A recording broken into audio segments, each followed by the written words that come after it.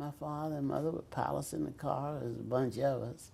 And we'd go to, it was like at that time, it was at Algonquin Parkway and Keener Road. There was a club there called Probus. And they sold all kinds of food, and they had entertainment.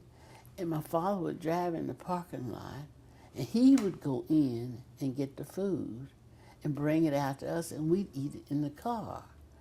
And I used to wonder, well, why can't we go in? But there was a difference. We couldn't go in because it wouldn't serve us. But he could go in and get the food, come out with it. As long as he came out with it. Yeah. Well, they didn't know where he was taking it or who he was taking it to.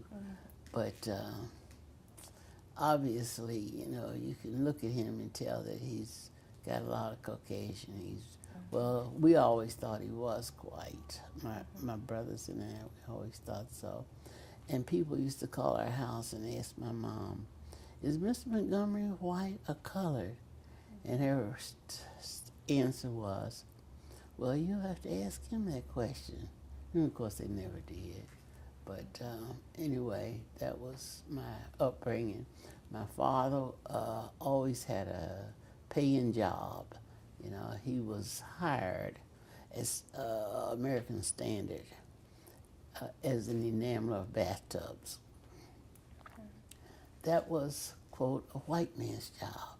And the job is doing what again? Enameling bathtubs, Okay. putting enamel on bathtubs. Mm-hmm.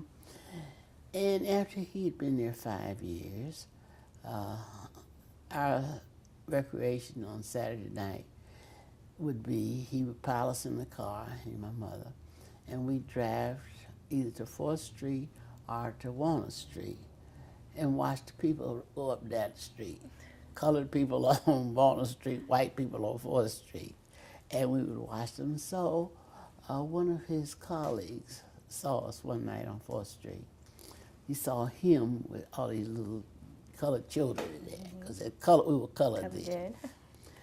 And so he went back to the plant, and he set up what he thought he was, you know, really doing something.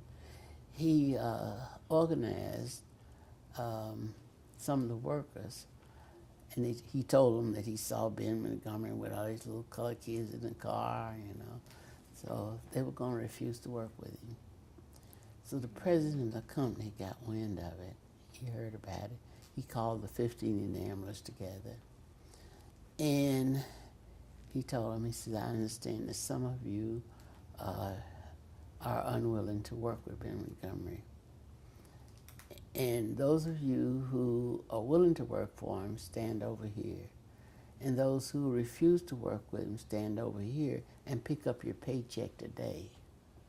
I have used that example to many governors and U.S. senators and everybody in power, that if a person is in a leadership position, if they make a decision and it's the right decision, the followers will do whatever you tell them to do.